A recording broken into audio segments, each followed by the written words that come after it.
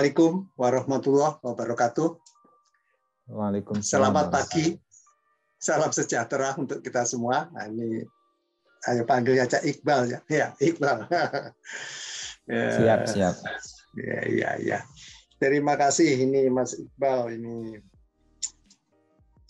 Ini saya kenal kamu dari ibumu. Iya. Jadi iya, kalau nggak salah bulan-bulan apa ya? Kira-kira Juni atau Juli itu ya ada komunikasi. Gitu. Saya pikir informasi itu terlalu terlambat untuk saya. Kenapa tidak saya terima pada tahun-tahun ketika Pak William Davis aktif, masih sehat. Pak Bill itu selalu yang ngetes Indonesia Fulbright. William Davis. Setiap do you have any friend? Coba. Dan saya, walaupun teman saya kalau nggak baik, saya nggak main. Nggak mau. Saya nggak mau malu dengan orang yang satu. Sangat objektif. Jadi, ya kayaknya semuanya itu sudah diatur oleh Allah Subhanahu wa Ta'ala ya, bahwa Bapak Iqbal menemukan jalannya sendiri, dan kita ketemu. Dan setelah saya baca CV-mu, sebetulnya yang ada di Iqbal itu sangat-sangat tinggi dan jauh lebih tinggi dari yang saya bayangkan, jauh lebih tinggi. Jadi sampai sekarang, jadi untuk tatanan Madura ya nasional. Jadi Iqbal masih saya anggap melebihi yang lain-lain karena komprehensif, akademik dan tanggung jawab kita Iqbal, kita harus membuat ini lebih kondusif, literasi ini lebih semangat ya, tapi kondusif, jadi kondusif.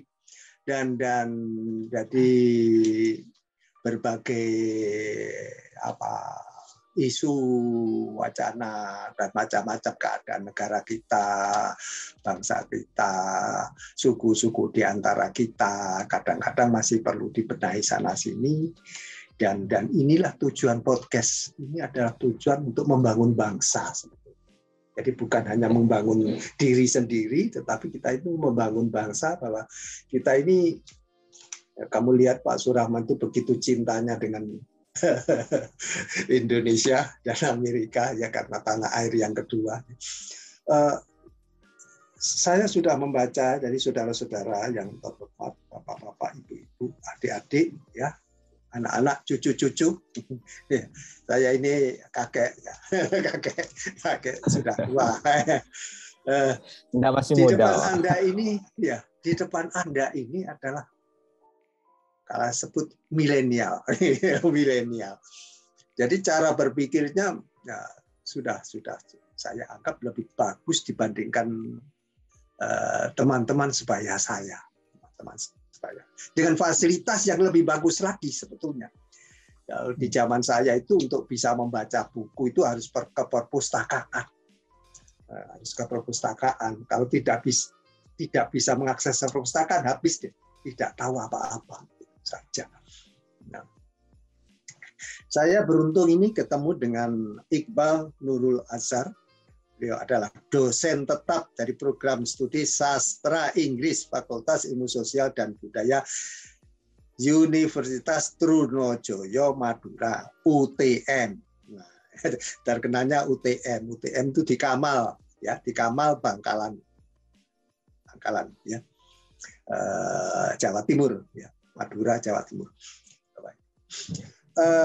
Iqbal, ini saya lihat kamu juga adalah, selain jadi tenaga pengajar, Iqbal juga pernah diberi amanah sebagai kepala self access center, ya, pusat bahasa, ya, UPT pusat bahasa, ya, sebagai redaktur jurnal ilmiah bahasa dan sastra Prosodi. sebagai ketua program studi sastra Inggris. Ya, ini lebih hebat lagi jadi ketua program studi sastra Inggris. Selain itu anggota senat, ya, anggota senat. Senat di mana di fakultas ya, Fakultas Ilmu Sosial dan Ilmu Budaya. Nanti saya akan pernah mengirimkan kepada Iqbal ya, itu 2 tokoh dari satu kalau dari segi umur ya, yang Panaka Jaya itu seumur persis. Okay. Panaka Jaya sebenarnya sudah S2, S2-nya di Gajah Mada, ya, Gajah Mada itu betul-betul budaya, tapi background-nya itu musik. Jadi S1-nya itu musik barat, malah musik barat. S2-nya baru setelah itu menekuni ya, termasuk digitalisasi itu. Jadi saya senangnya usahanya itu sampai memberikan akses ke sana kepada masyarakat kita semua. Jadi suka ke anggota senat luar biasa. Ya, kamu lulus S1 2004. 2004. Ya kalau boleh, Iqbal lahir tahun berapa ya? Saya lahir 1981. 1981. Iya, betul. Jadi sekarang umur saya 41, insya Allah. 41. Sebetulnya Iqbal mirip-mirip saya juga ini, tapi Iqbal lebih hebat. Karena memang kalau saya mungkin apakah saya ini lat ya, apakah saya lat. Iqbal itu luar biasa. Kalau dari ibumu itu kan lulus SPK tahun 1979. Ya. Ya. Boleh nggak bertanya? Siap. Tapi kalau nggak mau nanti kita hapus. Ya siap, nggak apa-apa. Saya terkejut bahwa bapakmu itu tidak ada meninggal. Terkejut karena komunikasi kami nggak jalan sudahlah hampir 45 tahun. Ya. Kak Suraman itu keluar dari Bangkalan tahun 90 ya 90. Jadi SPG habis langsung tarik ke pusat, dari pusat langsung ke Amerika ya. Jadi terus terputus kok nyambungnya ada WA. Alhamdulillah. Akhirnya mohon maaf, tahun berapa Bapak tidak ada? Apakah masih kecil? Bapak meninggal itu sekitar tahun 2009. 2009. Oh, berarti 2009. Berarti Iqbal sudah saya waktu itu umur sekitar 30, mungkin belum ya. Karena seingat saya waktu itu tahun 2009 saya ada 2 kegiatan besar dalam hidup saya. Yang pertama 2009 saya menikah. Jadi 4 bulan setelah Bapak meninggal itu saya menikah. Dan saat itu juga dalam artian 4 bulan setelah Bapak meninggal saya melanjutkan kuliah S2 di Universitas 11 Maret di Jakarta. Terlalu banyak. Bahkan ini ada dana-dana penelitian, nanti Iqbal saya beritahu resources ya. Di sini uang banyak, tidak ada yang ambil. Ya, jadi nanti bekerja sama dengan Panaka Jaya, ya, dengan Panaka Jaya, dengan Bu Farida itu, siapa lagi saya diajak. Ini ada dana besar-besaran dari Amerika. Mereka itu sampai ke agama pun boleh, gitu loh. Iya. Nggak ada minta macam-macam itu nggak ada. Yang jelas orang Amerika itu kalau belanja harus accountability gitu saja. Jadi kalau misalnya itu di Indonesia itu ya pakai dana model Indonesia, jangan didolarkan. Gitu. Ya perkara nanti dari rupiah di akhirnya didolarkan, tapi harus jelas. Misalnya internet sekian, ini sekian, harga sekian. Itu harga-harga yang ada di ini. Itu kalau saya dengan dulu Pak Bill, saya panggilnya itu Pak Bill Davis, William Davis. Yeah. Itu kita jalan 23 tahun. Jadi 23 tahun, jadi Jawa, Madura, Sunda, sampai Baduy. Jadi kalau sekarang ini saya menawarkan ya, jadi melalui website saya menawarkan kalau mau ada Minang kayak apa enggak apa-apa. Saya akan berfasilitasi dengan podcast, dengan apa, supaya saling membantu. Nanti akhirnya link secara nasional dan internasional. Jadi itu Minang itu sebetulnya link internasional sudah kuat. Untuk pengembangan bahasanya nggak tahu cara mereka. Ini Iqbal, ini saya menarik ya. Ini supaya enak juga ya. Ini kan karya-karyamu ini justru yang saya cari. Karya-karya ini cari.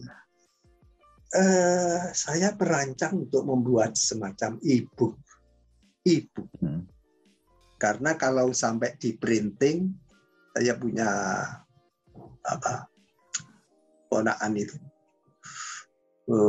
Kalau sampai di printing biayanya sangat besar, Pak. Kalau e-book kita mungkin tinggal meng-hire sedikit editing, layout dan macam-macam, dan itu nanti ya saya masih mampu mungkin ya membiayai yang melayout atau apa terus membuat jadi e-book. Tinggal nanti dicari tambahan-tambahan lain apa. Ya secara supaya formal kan itu jadi dari sumber resources formal. Ya, resources formal. Dia akan tanya sana, tanya sini supaya resmi. Jadi kalau di ISBN kan, apakah kalau ada artikel-artikel yang belum dicetak, artikel-artikel yang belum dicetak, ini nggak apa-apa bisa dikirimkan ke kami, nanti kita ya tambah ISBN-nya. Kalau mau dicetak, ini kayaknya harus dilihat. Ada yang memesan nggak? Kalau perlu ditawarkan. Kalau ada yang pesan 100 kita cetak, misalnya saja gitu. Nah, kita kirim dengan harga semurah-murahnya. Supaya apa? Ini tujuan kita literasi, bukan untuk mencari untung. Tujuannya literasi. Jadi ini Iqbal, ini adalah hari-hari yang membahagiakan bagi saya dan mungkin juga yang lain. Bahwa kalau kita itu mau bersinergi, jadi bangsa Indonesia itu mau bersinergi. Kita itu mestinya melihat Bhinneka Tunggal Ika itu harus kita baca Bhinneka Tunggal Ika, bahwa kita itu tetap bersatu walaupun berbeda banyak suku, banyak bahasa, iya kan? Banyak suku, banyak bahasa. Nah, itu setiap suku ya biasa, setiap suku itu ada positif negatifnya. Mari kita mengurangi friksi. Karena saja friksi itu selalu ada. Jadi kalau ada sejarah lama yang nggak baik, kita sedang ngelobi sana, ngelobi sini untuk meredam. Kalau saya coba Iqbal bercerita gayanya Iqbal. Pandangan Iqbal itu bagaimana untuk membuat ini karya-karyamu ini supaya lebih banyak dikenal. Saya sendiri kan tidak tahu kan. Saya mencari sumber mana saya tidak tahu ya. Saya karena ada di sini dan info tentang kamu kok tidak saya terima, itu saja. Silakan, Iqbal. Ya, yang pertama terima kasih atas kesempatannya yang diberikan Bapak Surahman kepada saya untuk ngobrol di acara ini, yaitu Dimyati Podcast. Jadi terkait dengan saya, sebenarnya jujur saya katakan saya bukan seseorang yang istimewa, Pak. Jadi memang saya lahir dari keluarga pendidik, Bapak Ibu saya seorang guru, dua-duanya adalah murid dari panjenengan waktu masih mudanya. Terus yang kedua, mungkin karena itu yang menyebabkan saya istilahnya itu diwarisi semangat untuk menjadi seorang pendidik dan juga pengabdi. Dan kebetulan dua hal itu bersinergi dengan pekerjaan saya di kampus Universitas Sriwijaya, karena memang sebagai abdi negara PNS di dalam perspektif dosen yang memang diwajibkan untuk melaksanakan Tridharma perguruan tinggi. Terus yang kedua, di kompetisi saya dalam bidang yang saya tekuni yaitu linguistik itu sebenarnya juga tidak baik-baik amat, karena banyak sekali orang di Indonesia, pakar-pakar di Indonesia yang jauh lebih pengalaman, mereka pikirannya jauh lebih visioner daripada saya. Cuma mungkin kebetulan saya ini tertarik kepada sesuatu yang bagi banyak orang tidak seksi. Seperti misalnya bahasa Madura, kemudian tata bahasa Madura, linguistik Madura, dan termasuk juga sastra Madura. Karena memang di Indonesia sendiri bisa dikatakan Madura ini masuk ke dalam, meskipun suku bangsa yang bisa dihitung menempati peringkat ke-5 dengan penutur yang paling banyak di Indonesia. Saya kira ketiga. Ke-5, Pak. Jadi Jawa, terus Sunda, Melayu, Minangkabau, dan baru Madura. Oh iya. Posisi iya. ke-5. Tapi dalam urusan yang berhubungan dengan marketing bahasa Madura ini sangat kalah jauh, terutama dengan bahasa Jawa dan Sunda.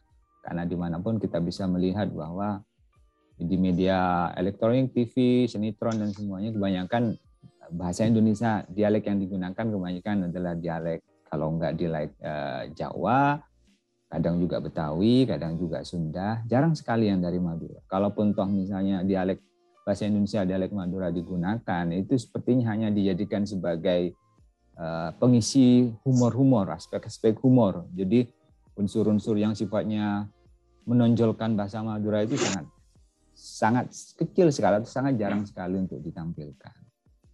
Jadi itu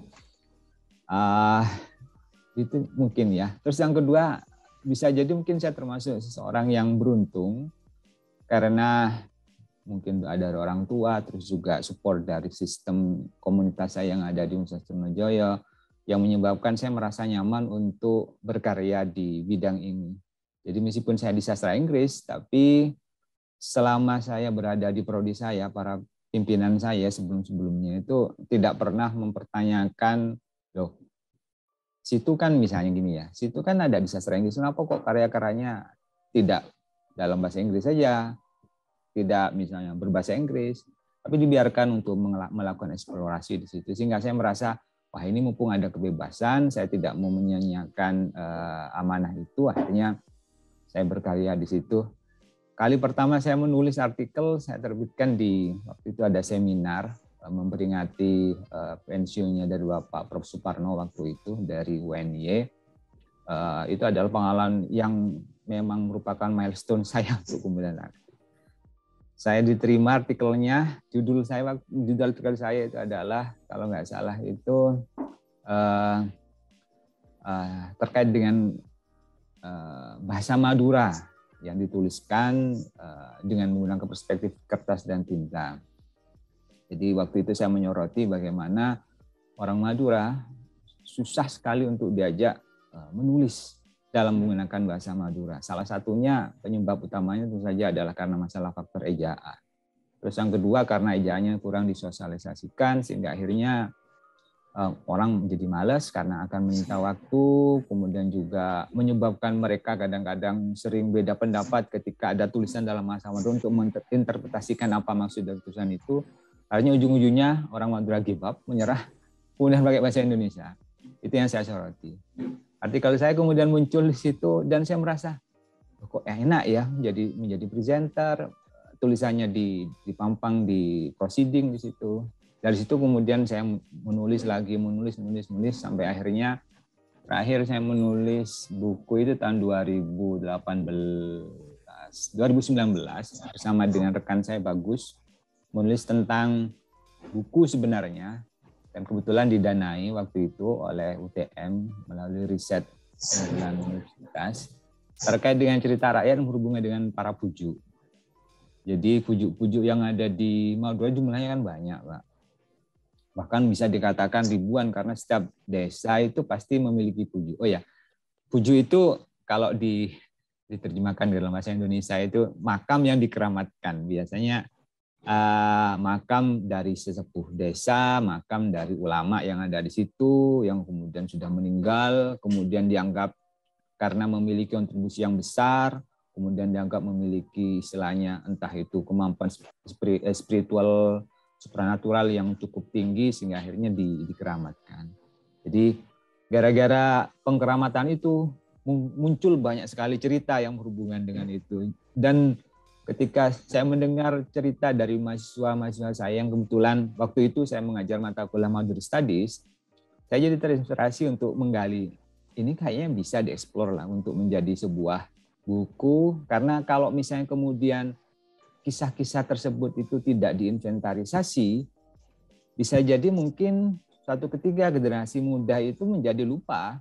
Misalnya ada sebuah daerah yang ada di Bangkalan namanya Keramat Tikus. Kenapa kok nama daerah itu Keramat Tikus? Padahal sebenarnya ada ceritanya di situ yang melatar belakang dalam bentuk legenda tadi itu.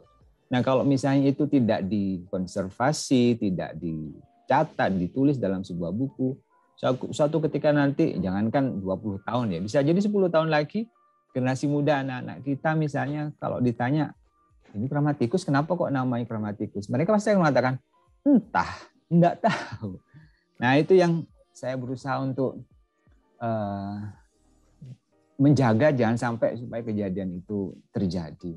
Karena jujur, jangankan kisah-kisah yang kecil kayak tadi ya, yang legenda Pujuk kan tidak terlalu tidak terlalu famous atau tidak terlalu terkenal yang berhubungan dengan Madura. Jangankan itu, legenda seperti misalnya kayak cerita Pangeran Trunojoyo, kemudian kayak Lesap, legenda yang diturunkan dari nenek moyang kita, turun temurun itu juga banyak mereka yang tidak tahu.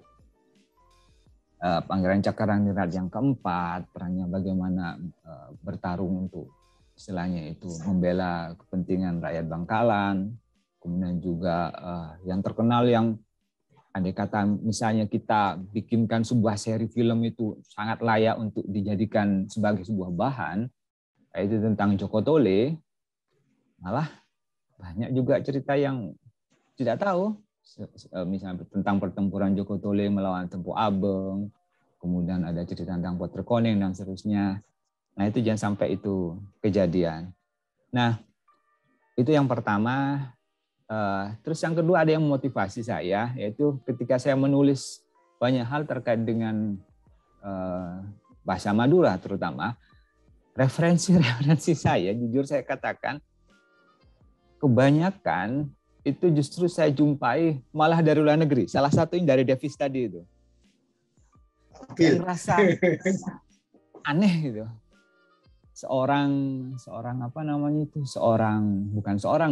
Beberapa masalahnya, bukan hanya sudah Davis di situ yang saya soroti di situ. Selain Davis ada lagi, saya lupa namanya itu. Tapi beliau-beliau ini ya dari Amerika terutama yang saya lihat itu menulis banyak artikel yang berhubungan dengan tata bahasa Madura. Salah satu yang paling terkenal yang sering menginspirasi saya terkait dengan tata bahasa Madura. Bukunya adalah tentang tata bahasa Madura dengan menggunakan bahasa Inggris. Di dalamnya lengkap sekali, sangat komprehensif. Jadi The Grammar of Maduris. Betul. Ya, ini bukunya ada di tempat saya ini. Ya, dan itu saya katakan itu jadi referensi yang wajib saya pikir untuk digunakan oleh para akademisi ketika mengupas tentang bahasa Madura, polemik yang ada di dalam bahasa Madura. At least dijadikan sebagai sebuah perbandingan karena beliaunya memang bukan orang Madura. Bisa jadi mungkin di situ ada kelemahan-kelemahan ya. Tapi itu menjadi sebuah inspirasi bagi para ilmuwan, para peneliti seperti saya ini untuk ternyata Davis dan orang-orang yang ada di Amerika sana itu sejak dulu sudah tertarik kayak gitu. Kenapa kok kita malah justru kalah start dari situ? Dan yang bikin saya juga kadang merasa gregetan itu, ketika Davis dan rekan-rekan itu menulis tentang artikel, mereka itu roadmap penelitian sudah jelas. Jadi dari tahun sekian, mulai dari zamannya Kilaan, tahun 1800 sekian, sampai terakhir itu mereka sudah terpetakan, datanya itu ada. Dan saya yakin mereka sudah punya banyak preferensi itu, mereka sudah pernah membacanya. Karena tidak mungkin mereka itu menuliskan roadmap penelitian mereka itu di artikelnya tanpa memiliki referensi dan tanpa membaca itu. Nah, ketika saya membaca referensi yang ada yang berhubungan tentang Madura yang ditulis oleh orang Madura dan orang Indonesia, roadmap itu tidak ada. Hanya sekedar nulis saja apa yang mereka suka, mereka tuangkan di situ, tapi tidak menceritakan yang mereka kerjakan itu adalah sesuatu yang baru atau tidak. Jadi itu kadang yang bikin saya tuh gemes banget. Akhirnya, supaya nanti orang-orang setelah saya ini ketika mereka menulis tentang Madura jadi punya roadmap, saya berusaha mengisi celah-celah kosong yang tidak pernah ditulis oleh Davis dan rekan-rekan di situ, supaya nanti ini melengkapi. Ya, mereka itu punya roadmap. Oh, ini sudah ditulis oleh ini. Terlepas tulisan saya ini banyak mengandung kelemahan, tidak masalah. Kalaupun misalnya tulisan saya memiliki kelemahan, orang-orang yang di masa depan itu yang nanti akan menutupinya dengan istilahnya menunjukkan temuan yang baru, bisa jadi mengkritisi tulisan saya. Malah saya senang dengan itu. Asalkan ya itu tadi, secara roadmap penelitian saya itu memberikan sumbangsih berupa adanya catatan-catatan berupa itu terkait dengan konservasi bahasa. Nah, terkait dengan pertanyaan dari Pak Surahman tadi yang berhubungan dengan bagaimana caranya kemudian mengenalkan karya-karya yang berhubungan dengan bahasa Madura. Saya sendiri masih bingung, Pak. Bingungnya gini, ada permasalahan 3 sebenarnya, 3 besar yang perlu disoroti terkait dengan ini. Yang pertama adalah terkait dengan kualitas dari penulis-penulisnya. Riset-riset yang berhubungan dengan bahasa Madura dan sastra Madura, jika penulisnya itu dianggap kurang berkualitas, maka kemungkinan susah untuk bisa menonjol. Nah, sementara ini berkualitas atau tidaknya seorang penulis itu kebanyakan di Indonesia masih dipersepsikan hanya berdasarkan kepada tingkat kependidikannya. Misalnya gini, ya alumni mana sih? Oh, kalau orang Amerika bagus. Kalau orang lokal, mikir-mikir dulu. Dia itu kerjanya apa? Dosen S1, S2, S3, ataukah dia hanya seorang guru? Kadang itu. Jadi itu yang masih menjadi permasalahan.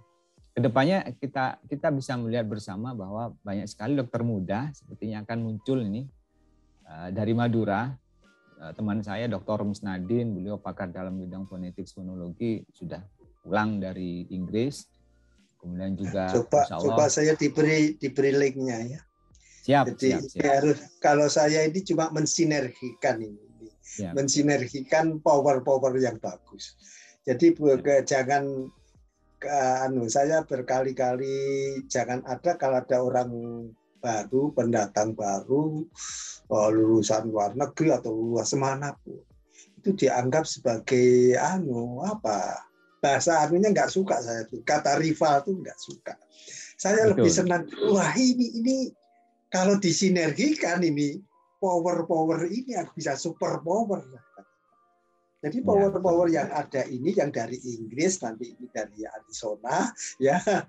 Saya ini kalau dari Iowa ini adalah sumbangannya itu sejak Davis itu 23 tahun untuk Madura, 23 tahun.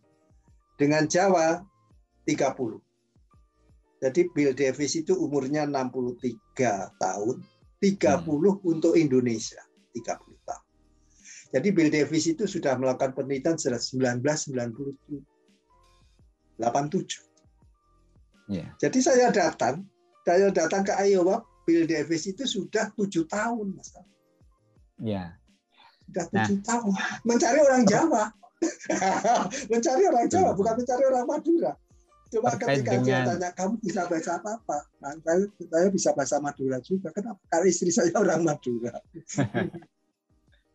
Nah, Pak, saya ada pertanyaan ke Pak Surahman. Jadi salah satu yang berhubungan dengan SDM tadi itu, kenapa kok kemudian karya-karya dari orang Madura, misalnya kayak saya termasuk di awal-awal sebelum saya kuliah itu sering di underestimate, karena memang risetnya itu pendananya kurang begitu kuat. Sehingga pertama, ketika seorang Madura menulis sebuah artikel, biasanya itu hanya sekedar untuk menunaikan tugas akademik. Nah, yang penting ada tulisan, kebanyakan ujung-ujungnya akhirnya artikelnya adalah artikel konsepsional, bukan artikel yang didasarkan kepada data empirik. Nah, ketika Davis menulis itu, dan itu saya yakin bahwa itu dilakukan melalui sebuah riset yang panjang, itu kadang mikir, kapan sih orang Madura diberikan kesempatan untuk melakukan riset yang panjang tadi? Dalam artian entah itu disupport dana, entah itu disupport sistem penelitian yang baik.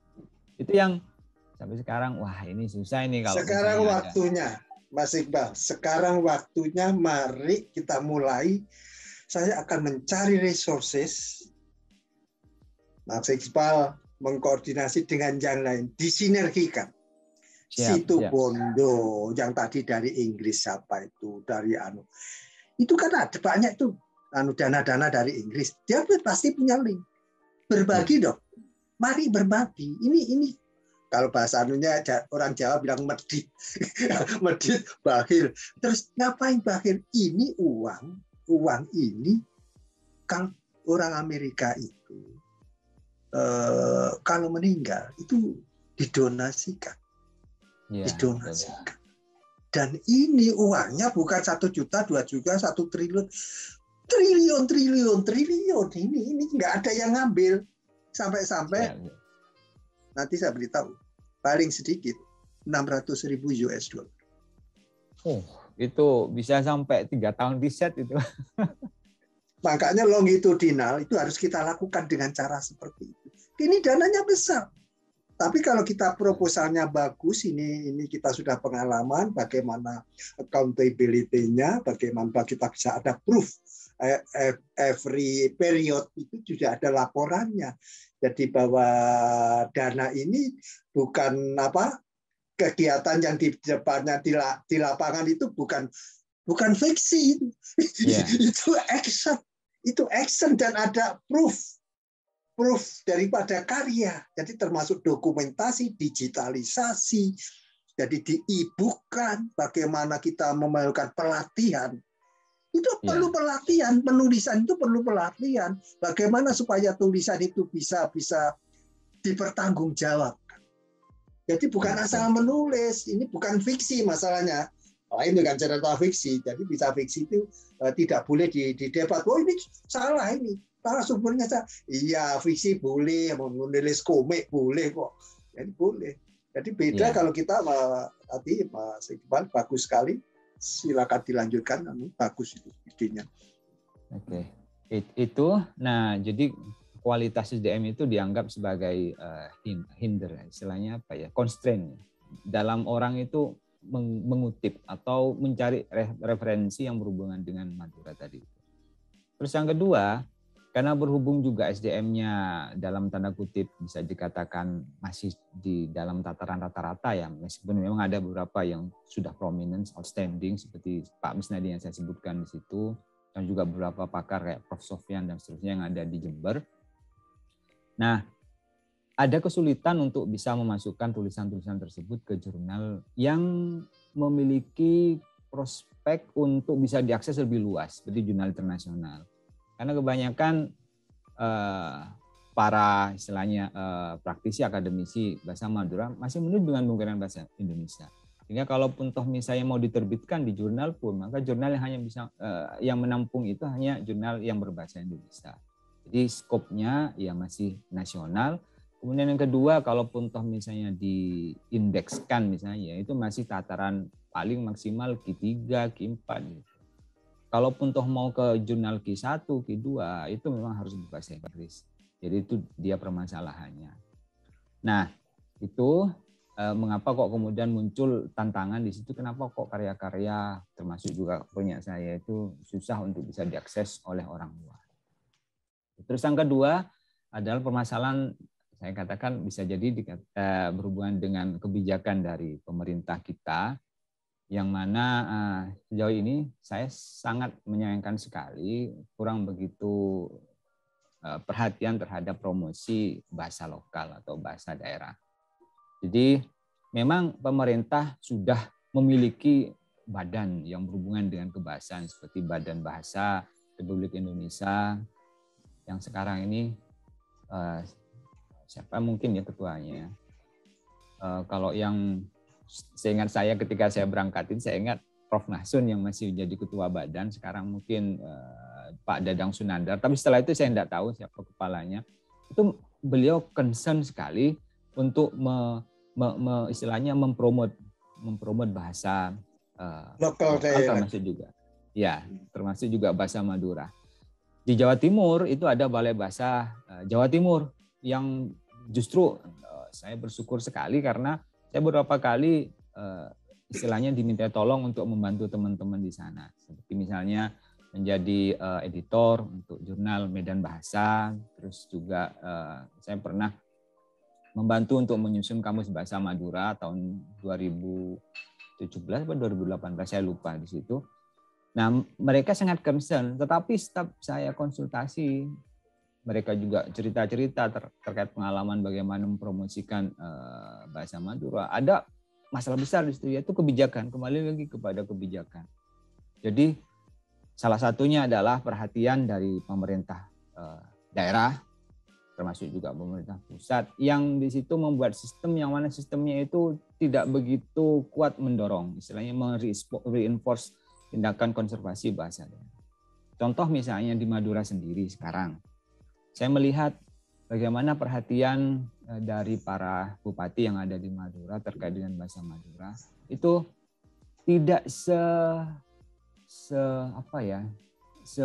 setinggi perhatian bagaimana contoh kasus misalnya di Yogyakarta yang mana kemudian kotanya dihiasi dengan tulisan-tulisan berbahasa Jawa misalnya. Itu kan dari situ sudah istilahnya ada perhatian, menunjukkan adanya perhatian yang tinggi di situ.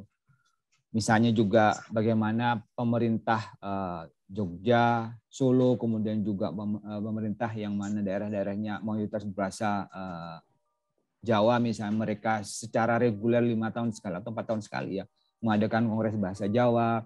Itu benar-benar terlihat perhatiannya terkait dengan bahasa Jawa.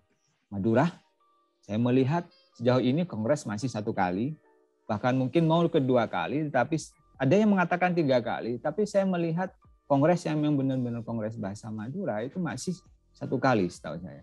Yang kedua dan ketiganya ini banyak sekali yang mengkritik karena di situ ada unsur titipan lah, ada unsur inilah, dan hasilnya juga kurang begitu istilahnya itu menghasilkan rumusan yang strategis yang berhubungan dengan pengembangan. Dan itu yang menyebabkan kenapa kok kemudian orang-orang malas menulis tentang Madura. Daripada menulis tentang Madura, bahasa Madura yang mana pemerintahnya sendiri tidak mensupport itu, lebih baik tulis yang lain saja. Misalnya ngambil bahasa yang lebih luas, bahasa Indonesia kah, atau bahasa yang lain misalnya seperti itu. Jadi itu. Nah yang terakhir ini yang jadi permasalahan adalah masalah terkait dengan ejaan. Jadi ejaan bahasa Madura itu sampai sekarang masih belum fix, Bapak.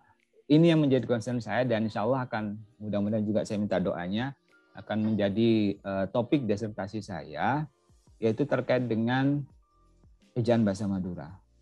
Sejauh ini memang Balai Bahasa Jawa Timur sudah mengeluarkan ejaan yang dikeluarkan dan ditetapkan tahun 2015 dan berlaku hingga sekarang. Tetapi masih ada resistensi di situ, yaitu di teman-teman yang berada di timur, terutama di Sumeneb, yang masih kekeh untuk menggunakan ejaan yang lama, yaitu ejaan 1973 atau 78, saya lupa di situ. Jadi dari pihak timur mereka kekeh menggunakan ejaan lama, dari pihak barat misalnya kayak Pamekasan itu sangat condong kepada ejaan yang di Jawa Timur tadi itu, yang Balai Bahasa Jawa Timur, Bangkalan, Sampang sepertinya condongnya ke situ. Nah, dua kutub ini susah untuk bertemu dan akibatnya ya karena susah untuk bertemu, kita bisa melihat kedua-duanya berusaha untuk mencari massa, mempengaruhi sana dan sini, dan yang bikin saya itu merasa kecewa karena akhirnya pengaruh-pengaruh itu menyeludup kepada, bukan menyeludup ya, sampai masuk kepada media-media tulis. Contoh misalnya kayak surat kabar, kemudian juga contoh surat kabar Radar Madura misalnya. Radar Madura kadang di ujungnya itu ada pojok Madura misalnya, dan itu ketika ditulis itu, lah ini tulisan ejaan yang mana ini? Ejaan Timur apa ejaan yang Balai Bahasa Jawa Timur?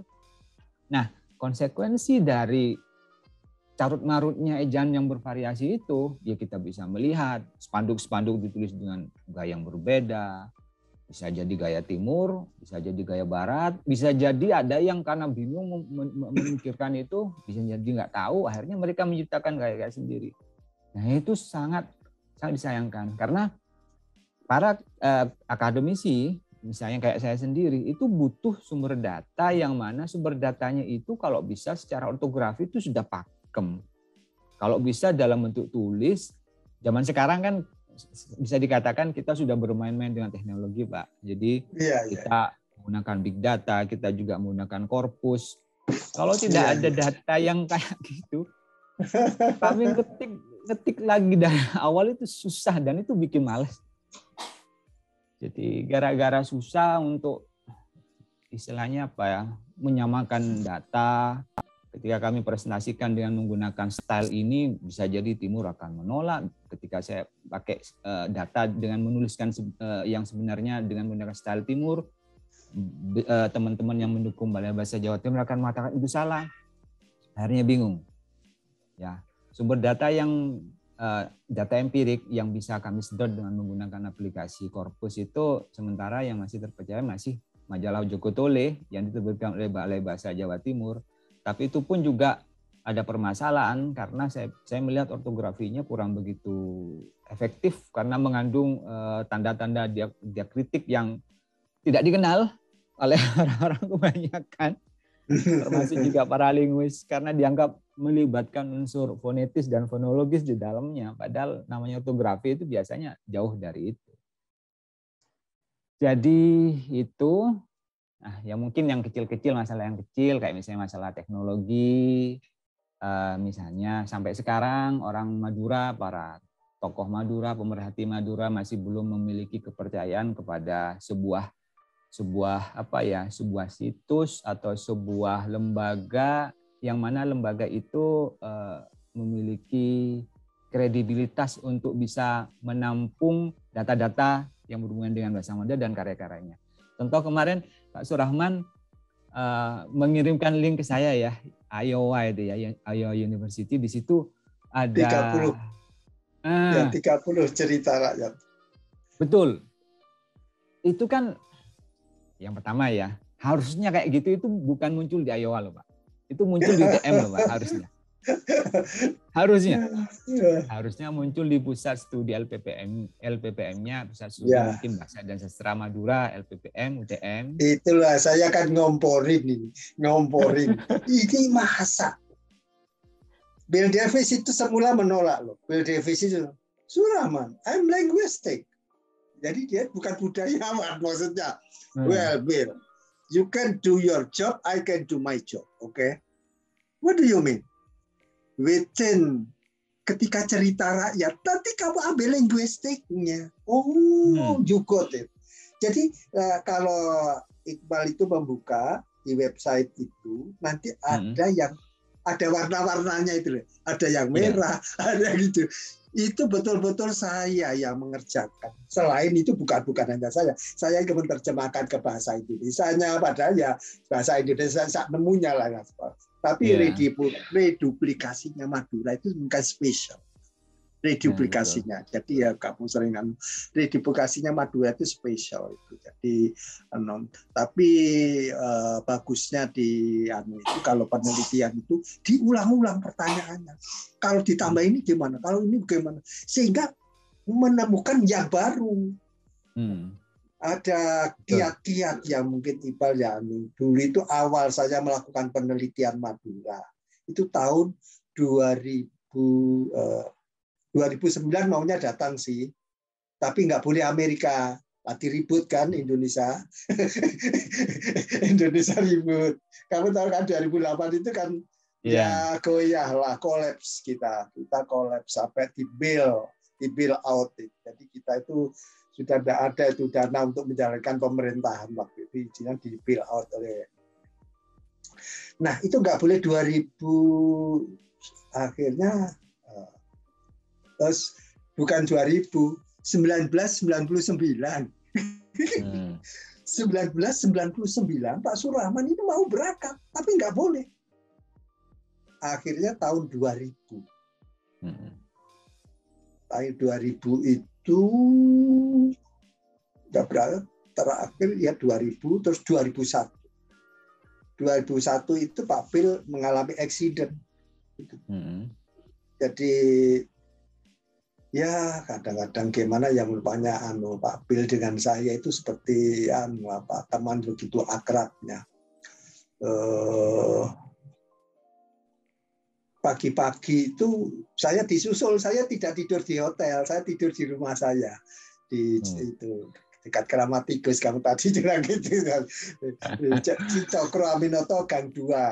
Rumah saya di nomor 44 di situ rumah saya.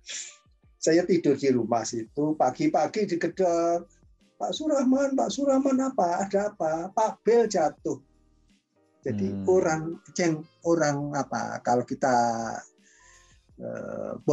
boynya ya, di hotel itu datang ke rumah saya memberitahu Pak Bill jatuh. Terus gimana? Ya setelah jatuh saya datangi. Saya panggil ambulan, panggilan sudah, nggak mau. Panggil ambulan, panggilan dokter. Setelah itu saya tanya, ternyata Pak Bill itu yang ini leher, aduh habis. Kenapa? Saya sudah belajar juga. Itu kalau standar Amerika kalau orang jatuh, yang pertama dipasang itu ini, collar. Tapi Indonesia diangkat seenaknya, kan gitu, mati. Jadi kematian-kematian yang ada di Indonesia itu pada umumnya biasanya jatuh dari kamar mandi atau apa terus diangkat. Diangkatnya itu mati. Karena retak putus. Itu Pak Bill akhirnya survive dengan dibawa ke Singapura. Dibawa ke Singapura, dari Singapura akhirnya Singapura pun nggak bisa dibawa ke Amerika, sembuh. Tapi dasar Pak Bill coba sembuh, berangkat lagi. Semangatnya luar biasa ya. 2001 kolaps seperti itu, 2002 datang lagi. Coba. Ya Allah, ya Rabbi saya. Bill, I'm your friend. Surahman, you know me. nobody stop me. Okay, even my wife. Oke. Kasus seperti itu. Semangatnya itu luar biasa. Jadi inilah sebetulnya yang sampai hal-hal yang perlu kita memberi inspirasi kita ya. Nanti saya connect juga nanti ya. Ada satu connect. Orang di dunia itu katanya in this was only 3. Di dunia itu hanya ada orang 3. Siapa? Saya sendiri. Stan ini temannya di South Carolina. Stand up in the sky. And you. Di dunia ini hanya orang 3. Coba seperti itu. Begitu akrabnya tiga nyawa ini, 3 kolega ini. Saya itu katanya memberi inspirasi. Jadi saya itu memberi inspirasi katanya. Kalau status teman akrabnya yang membuat selalu present. Sehingga pada waktu itu kolaps, pesannya Pak Bill cuma 1. Dengan suara yang sudah nggak bisa karena kolaps tadi lah. Tapi saya menangkap bibirnya. Take my file in my computer, send to Stand Up in Sky. Terus saya bilang, got it. Saya laksanakan. Saya kirim email dengan kecepatan internet zaman seperti itu. Saya telepon langsung dari rumah saya dari Bangkalan dan berhasil saya komunikasi. Itu ternyata terjadi berikutnya lagi, meninggal betul. Bukunya Pak Bill itu 1 hari atau kurang lebih 12 jam sebelum meninggal itu dikirim melalui email. 12 jam sebelum meninggal. Jadilah buku yang namanya Language Conflict and Language Rights. Sekarang ini ada proyek besar, The Encyclopedia of Language Conflict and Language Rights. Nanti saya ajak itu kolaborasi dengan Stan itu. Jadi ini saya kalau ini yang lebih pas ini. Iqbal, not me. Saya hanya melingkan saja. Itu saya kira bagus Iqbal ya, ini coba lanjutkan kan ceritamu ini, saya selingi ini untuk memberikan energi baru ya. Ini tadi ada halangan ini. Nggak apa-apa. Amerika ini dulu tidak ada Maduranya, yang ada Jawa. Karena saya ini, saya bukan Jawa, bukan Madura, nggak apa-apa kok istrimu Madura kan. Berapa tahun kamu? Ya sudah 20 tahun, ya sudah itu artinya sama. Kamu bisa, ya bisa semua. Saya mulai bahasa ngoko, mulai tengah-tengah sampai halusnya saya bisa. Ya sudah, ya nggak ya. Nanti kalau saya nggak bisa, saya tanya istri saya. Cuma saya nggak bisa, Pak. Pengucapannya saya tidak pernah benar. Kalau saya kan jujur saja, apa yang saya ucapkan, pronunciation saya ini tidak exactly correct, like the Maduris, like the Maduris. Yeah. Lagi silakan ini Iqbal, ini saya senang ini kolaborasi makin luas ini nanti. Kolaborasi luas tadi sampai pendanaan saya akan ada punya resource dari Iowa sini, ya Iowa ini dekat ini. Saya ini kan dapat tahunya dari Gifted Education. Jadi Pak Surahman dulu tahun 2007 merancang bagaimana Gifted Education di Indonesia. Strategi saya sistematik bahwa nanti itu setiap kabupaten paling sedikit ada satu sekolah gifted. Jadi anak-anak jenius di satu kabupaten akan dibina. Beda anak jenius itu beda. Kalau disamakan ya mabuk, tidur terus di kelas. Tapi ya ini sampai sekarang belum ada, sampai ke pemerintah pusat pun enggak ada. Tapi saya senang kemarin Bapak Direktur GTK, Guru dan Tenaga Kependidikan bersedia menjadi narasumber. Nah, jadi ini sudah nyambung. Tinggal saja, meneruskan saja. Ini kan kadang-kadang masalah kebijakan ya. Tidak langsung cepat gitu. Tapi sudah, kalau saya ini seorang direktur bersedia, ini orang swasta mana kok berani-berani. Tapi ini sudah bagus. Jadi Iqbal, tapi jangan frustasi, jangan kita semangat. Kayaknya ini Indonesia sudah on the right track. On the right track.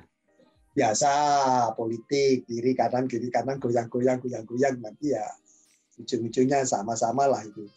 Tapi kalau saya melihatnya ini on the right track. Jadi kita nanti ekonomi kayaknya ini harus segera makanya dalam kita budaya ini menginginkan muda, jangan lupa pemberdayaan ekonomi masyarakat. Jadi Pak Surahman ini juga ide-ide untuk pemberdayaan ekonomi gitu, nggak tahu caranya gimana ini, tapi sudah ada konsepnya, nanti implementasinya ini dalam beberapa bulan ke depan, ya termasuk e-book yang e-book. Terus kan Anu. Ya, terkait dengan sekolah untuk yang gifted students tadi itu, saya berharap bahwa pendekatannya tidak hanya sekedar pendekatan yang sifatnya scientific saja, tapi bisa mengakomodir multiple intelligence di situ. Jadi orang-orang yang istilahnya tidak terlalu cerdas dalam bidang matematika, fisika, tetapi sangat menonjol dalam bidang bahasa bisa masuk di situ. Karena ya itu multi talenta itu sebetulnya ya. Jadi multiple intelligence sampai ke sana. Makanya ada kasus dulu di anak jago silat ya. Silat. Itu sedih sekali karena sudah juga silat dan terus ya kejadian lah. Itu akhirnya kita itu sesama pendidik ini jadi malu kok sampai terjadi kasus seperti itu. Ya itu jangan terulang lagi kalau saya. Jangan terulang lagi karena itu tidak tersalurkan. Jadi hobi silatnya tidak tersalurkan. Coba itu kalau tersalurkan, itu akan menjadi imam besar seperti saudara kita yang di New York itu dari Bugis itu. Ya, itu juara silat biasanya. Sampai dipondokkan. Jadi pondok pada waktu itu dianggap sebagai untuk mengalihkan anak-anak nakal. Padahal pondok itu sebetulnya bukan itu hakikatnya. Sebetulnya pondok itu adalah tempat-tempat pengembangan ilmu. Nah, itu kalau nanti Iqbal nanti jika kita perhatikan sudah mulai berhasil itu seorang kiai di Mojokerto itu sudah go internasional kayaknya beliau itu. Jadi saya kira bagus lah. Jadi umat Islam, maka kan saya ini lagi bagaimana kita merebut sains teknologi juga. Sebagaimana abad 7 sampai abad 13. Why not? Jadi kita tidak bicara soal itu Islam untuk apa. Tetapi kita pernah masa pada waktu itu abad 7 sampai abad ke-13. Kita jaya dalam sains teknologi. Setelah itu apa? Tentu kalau saya mengatakan penafsiran yang berbeda. Penafsiran yang berbeda. Jadi Al-Ghazali menafsirkan ini tidak boleh filsafat karena ini bla bla bla bla bla. Tirmidzi mengatakan ini akan gini di berbagai. Kalau saya jangan menyalahkan Al-Ghazali apa? Yang menerjemahkan gitu sebetulnya Rasulullah sudah tuntutlah ilmu walaupun ke negeri Cina, walaupun Cina waktu itu belum Islam, artinya ilmu itu boleh diambil. Jadi jangan menerjemahkan itu kafir. Loh, ini tidak nyambung bicara kafir. Jadi tidak ada sains teknologi itu tidak ada. Jadi kalau di Amerika ini begini lalu jangan ke negara kafir. Jadi kita harus menyesuaikan ini bagus kita kolaborasi karena Rasulullah sudah memberikan contoh, memberikan hadisnya sudah jelas bagus. Dan ini juga sebab kita konflik kadang-kadang kita itu kalau saya itu Sarah yang paling. Jadi Sarah itu kita ini kayaknya koyo alergi. Kenapa sih? Kalau sudah beda suku, beda agama, beda ras, dan itu terjadi di seluruh dunia. Tapi insya Allah ya, Iqbal, marilah kita sebagai generasi muda, Pak Suraman sudah tua, jadi menyerahkan estafetnya ini paling enggak. Tapi selama saya masih ada hayat ya, hayat masih di kandung badan, saya tidak akan berhenti ini, memberi semangat kaum milenial, kaum yang lebih muda, karena mereka lebih talenta, lebih cerdas, lebih tumbuh caranya yang lebih cepat. Jadi kalau saya cerita-cerita begini, Iqbal, saya punya cucu yang 2 itu super gifted. Ya sama dengan tadi saya katakan masih SMP sudah kuliah. SMP kelas 2 sudah dua-duanya. Mantap. Dan kalau saya ya ini pemberian dari yang ya sifatnya ya mirip-mirip kakeknya, mirip bapaknya gitu. Ya, hampir sama. Kalau saya bersyukur saja ya karena ini ada titipan. Dan ini kalau kita sinergikan, cerita ini kita sinergikan. Ya. Jadi nanti kamu 2 ya, anak 2 ya. Saya belum, Pak. Belum punya. Masih belum. Masih menabung. Ya. Soalnya saya melihat foto siapa itu yang kamu pakai?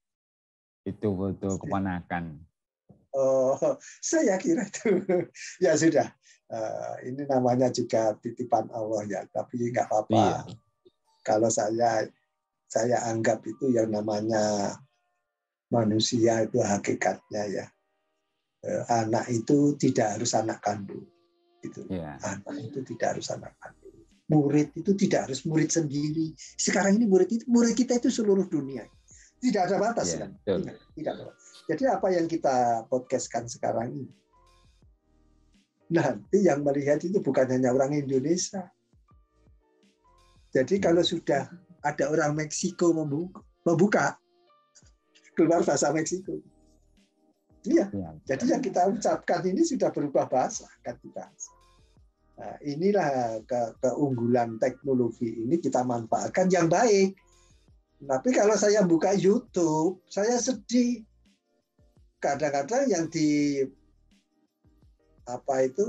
viralkan itu kadang-kadang ya saya cari bingung gitu ya. Tapi ya sudahlah, saya tidak cara sana. Terus kan yang Iqbal tadi ini bagus, poin-poinnya bagus sekali. Silakan. Ya, ya terkait dengan masalah publikasi lagi. Iya, publikasi. Dengan Iowa tadi ya, saya terakhir sedikit menyentuh tentang itu. Sebenarnya saya sendiri berharap bahwa at least di Indonesia lah ada satu lembaga atau institusi atau apapun itu yang secara mereka itu yang membangun lembaga itu ya mereka itu memberikan kesan bahwa mereka adalah kredibel, lembaga yang bisa dipercaya, percaya dalam konteks banyak hal, misalnya mampu menjaga copyright, hak cipta dari penulis misalnya, hak cipta dari pembuat materi. Kalau mereka bisa menciptakan image kredibel itu dan ada di situ, saya sebenarnya pengen ada lembaga kayak gitu yang bisa karya-karya saya itu dititipkan di situ.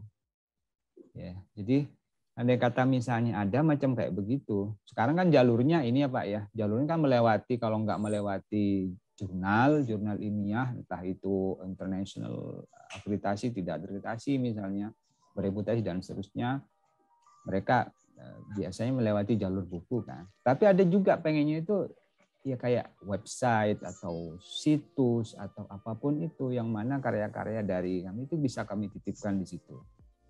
Nah, yang kayak begini masih belum ada. Padahal di Amerika itu asosiasi banyak banget yang berhubungan dengan itu. Saya melihat di website ada list misalnya. Di dalamnya itu tidak hanya sekedar ngomong tentang karya, tapi juga mereka ngomong tentang lowongan pekerjaan, daftar-daftar konferensi, pendanaan, semuanya ada. Dan yang gabung di situ itu kebanyakan orang-orang yang setia. Dalam artian mereka pasti suatu ketika kalau butuh akan kembali ke situ. Karena dianggap bahwa list itu tadi, ORG tadi itu dianggap lembaga yang terpercaya. Belum lagi ada namanya triple AL, misalnya AAAL di situ di Amerika ini. Kalau di Indonesia yang masih terpercaya itu yang berhubungan dengan bahasa dan sastra itu ya paling ya HISKI, himpunan sarjana sastra, terus juga LMI. MLI, Masyarakat Linguistik Indonesia, dan itu pun masih umum, masih belum yang berhubungan dengan Madura. Nah, kalau ada lembaga yang bisa membangun yang khusus. Kalau dibuat sendiri gimana? Kalau dibuat sendiri, saya pengen sih, cuma masalahnya kan butuh sementara dipayungi di UTM dulu. Sementara dipayungi di UTM, nanti saya dikenalkan dengan rektornya, saya kenalkan dengan yang lain ya. Jadi ada kulonwunnya. Ada Glenonnya gitu, nanti katanya nggak ada unggah-ungguhnya. Siap. Ya. Jadi nggak apa-apa, kita itu kolaborasi itu saya tidak ada batas. Bahkan yang di Lampung kemarin saya tawarin gimana kalau kolaborasi pertukaran dosen. Kalau beasiswa betulan nggak apa-apa, itu pasti ada itu di sana yang bisa ke Amerika itu bisa. Kalau ke Amerika itu jangan 1 bulan, 2 bulannya, 2 tahun, 3 tahun gitu. Supaya itu ada hasilnya itu, produknya itu ada, longitudinal studies. Jangan ke Amerika cuma referensinya saja, ya. Tidak longitudinal studies-nya. Ya nggak apa-apa lah 2 tahun, 3 tahun bawa istri dan anak-anak. Kalau saya bawa istri dan anak-anak. Bawa suami dan anak-anak. Kenapa? Kita bisa mengatur pertukaran seperti itu, bisa. Nah, akhirnya kemarin saya seperti ini podcast langsung begini dengan bagian internasional. Nanti bisa kita atur dengan internasionalnya UTM gitu dulu. Jadi nanti bisa kita atur lagi dengan Jember, bisa dengan UNESA, bisa dengan ITB, bisa Gajah Mada. Itu ya bisa. Nih, kalau Pak Surahman itu memang siapa sih? Ya, saya itu orang swasta ya, tapi mengharapkan ada kolaborasi yang real antara Indonesia dan Amerika. Ya nantinya ya saya juga akan kontak Mrs. Biden, Mr. Biden, Mrs. Biden. Mrs. Biden kan juga edukator ya, Saya suka dengan sesama pendidik itu kita bertukar pendapat. Gimana kalau kita ini ada real? Ya sekarang sudah ada, tapi akan lebih bagus lagi kalau kita intensifkan. Kalau intensifkan. Sekarang ini kebanyakan masyarakat Indonesia masih antara maju mundur, agak takut. Padahal Amerika itu begitu banyaknya peluang. Banyaknya peluang. Dua anaknya Dahlan Iksan. Juga. Itu dua-duanya tuh dari Amerika ini. Dekat sini, Kansas, Iowa sini. Dekat sini saja. Mereka dua-duanya. Bayangkan mulai SMP dulu sampai sekarang. Ya di Amerika. Jadi orang besar katanya ini bapak kandung saya, ini bapak angkat saya. Jadi itu pertukaran seperti itu. Baik. Kenapa? Jadi walaupun di Amerika sampai keluarga yang menampung itu tidak mau makan babi lagi. Tidak mau makan babi lagi karena menghormati. Itu respeknya seperti itu. Kenapa kita ini dikit-dikit beda, wah ini enggak ternyata malah lebih bagus bangsa kita ini. Bangsa kita itu bukan hanya kata di bawah tempurung ya. Dulu ada peribahasa gitu. Ya. Jadi orang Madura itu sampai-sampai kan saya beri ungkapan. Nanti kalau saya ketemu orang jualan sate, penjual satenya itu mau saya tanya, bisa nggak saya borong 2 minggu?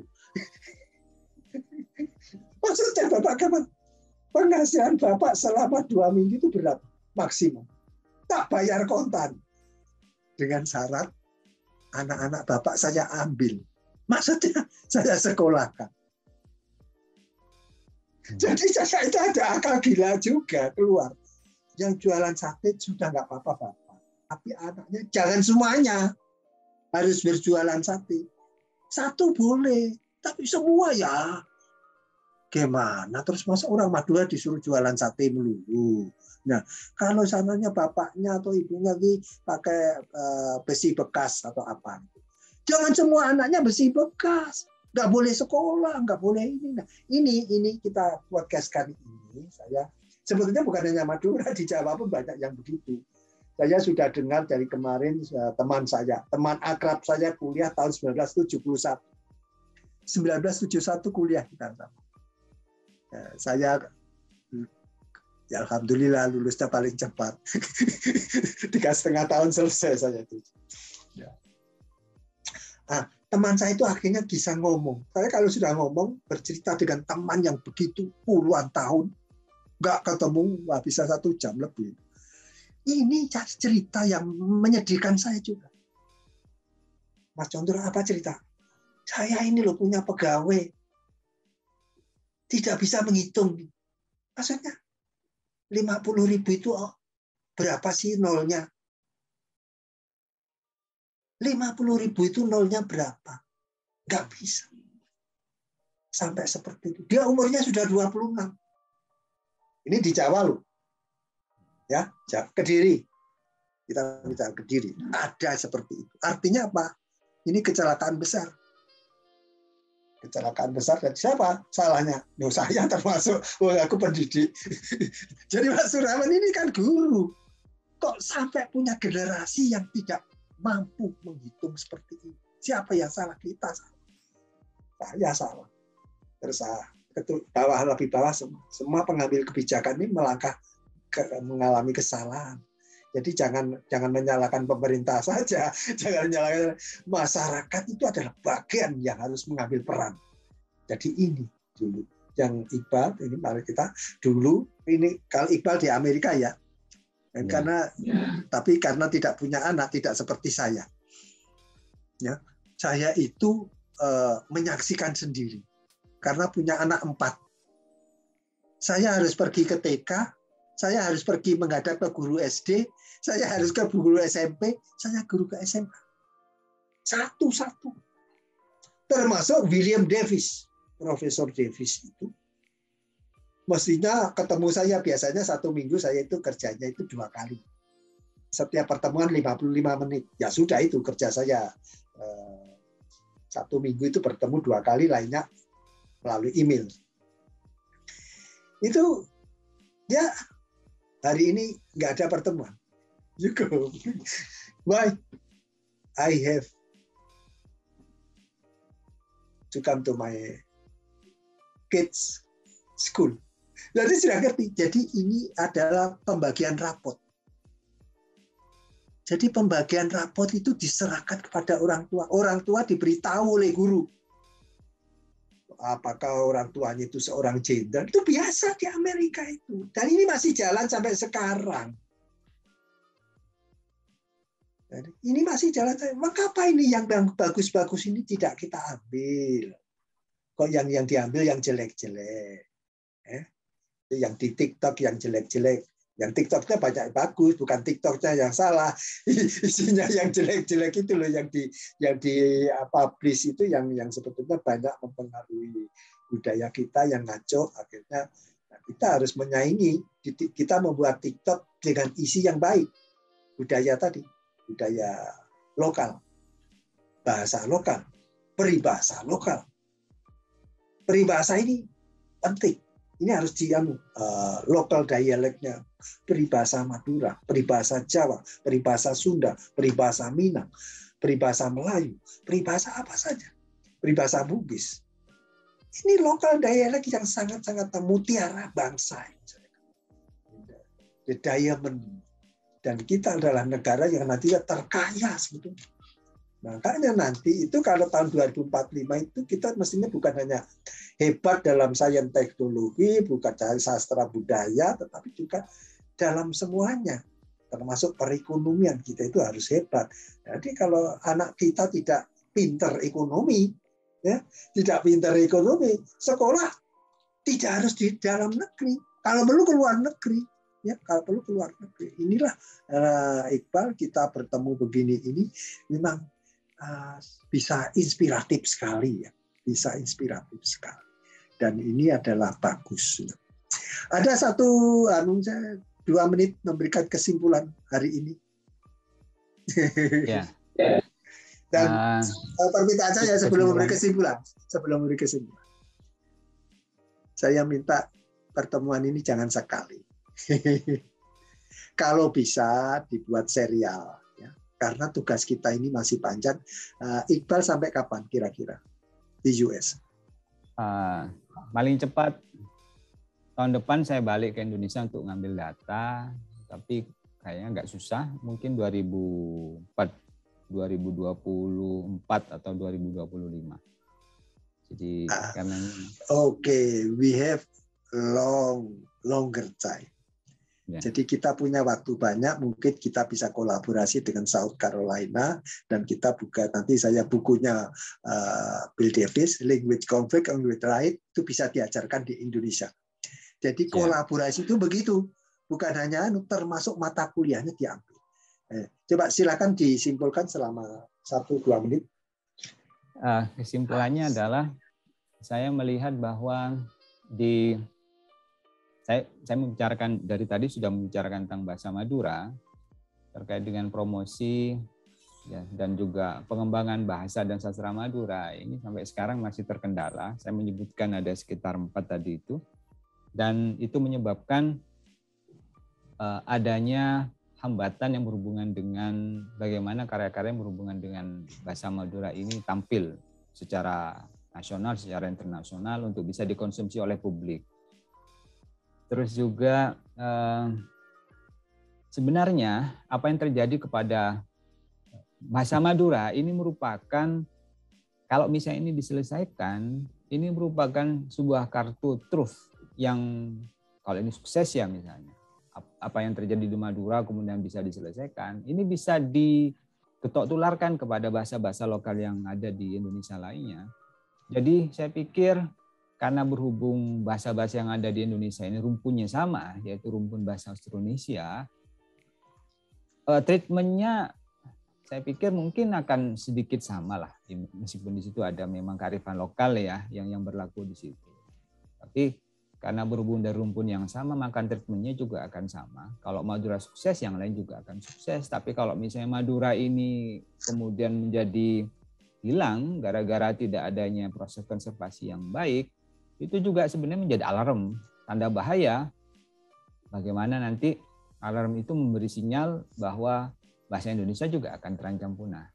Contoh misalnya kasus, sejauh ini bahasa Madura ini salah satu penyumbang dari kosakata bahasa Indonesia. Karena saya sendiri secara rutin menyumbangkan kosakata itu ke Kamus Besar Bahasa Indonesia melalui kegiatan yang dilaksanakan oleh Balai Bahasa Jawa Timur. Beberapa sudah diterima, sampai sekarang ada sekitar 130-an kosakata bahasa Madura yang masuk ke dalam KBBI. Nah, kalau misalnya bahasa Madura punah, bahasa-bahasa yang lain juga punah, itu alarm. Bahasa lokal saja yang dituturkan oleh komunitas lokal saya bisa punah loh, apalagi kemudian bahasa Indonesia. Berarti kalau sudah punah, ada masalah dalam bidang dalam hal attitude-nya dari penuturnya. Saya jadi mungkin mereka nggak menghargai bahasa lokal. Kalau orang sudah tidak menghargai bahasa ibu, apalagi yang mereka harapkan, bisa diharapkan dari orang-orang itu, pasti bahasa nasional juga akan ditinggalkan. Bisa jadi mereka akan pilih bahasa Inggris atau bahasa yang lain yang dianggap lebih memberikan benefit secara ekonomi. Karena kedepannya kita melihat bahasa Inggris ini makin seksi karena akan dijadikan sebagai bahasa pergaulan dunia. Nah, harapan saya mudah-mudahan dengan adanya podcast ini ada selain input yang bagus yang berhubungan dengan konservasi bahasa Madura, kemudian ada tawaran kerjasama juga entah melalui saya atau melalui kampus saya Universitas Trunojoyo Madura atau melalui rekan-rekan saya yang lain supaya tingkat literasi orang Madura terus juga literasi orang Indonesia terkait dengan bahasa dan sastra lokal ini menjadi makin tinggi, dan dari itu ya, akhirnya ya bahasa Indonesia sebagai bahasa nasional, bahasa-bahasa yang lain sebagai bahasa lokal akan bisa diselamatkan. Mungkin itu yang bisa saya sampaikan. Oke, terima kasih seri 1 Iqbal. Sudah, terima kasih banyak. Dan nanti akan disambung dengan seri-seri berikutnya.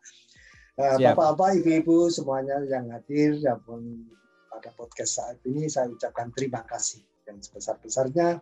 Yang di hadapan saudara tadi adalah calon doktor, calon PhD dari Arizona State University, dari Arizona State University di Amerika Serikat.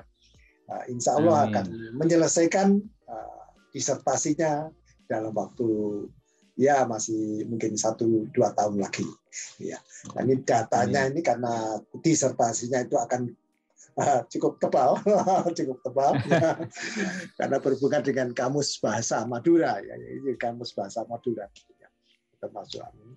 Dan saya juga bagus sekali. Jadi ini kalau ada kamus Kiliaan tahun 1902 ya, iya, iya, atau malah 1899. 1899. Karena barangnya itu saya pegang sendiri, itu kita pinjam dari Belanda. Ya betul. Dan grammar bahasa Madura saya menerima dari Pusat Bahasa Jawa Timur tahun 1994. Jadi sudah mulai kerjasama itu sudah 1994 dan seterusnya. Jadi kan anehnya Pak ya. Iya. Anehnya itu referensinya malah ngambil dari Belanda. Iya. Sama Amerika. Iya, ya sudahlah ya kita. Saudara-saudara, saya akhiri sekian saja dulu. Assalamualaikum warahmatullahi wabarakatuh. Selamat pagi, salam sejahtera untuk kita semuanya. Waalaikumsalam warahmatullahi wabarakatuh.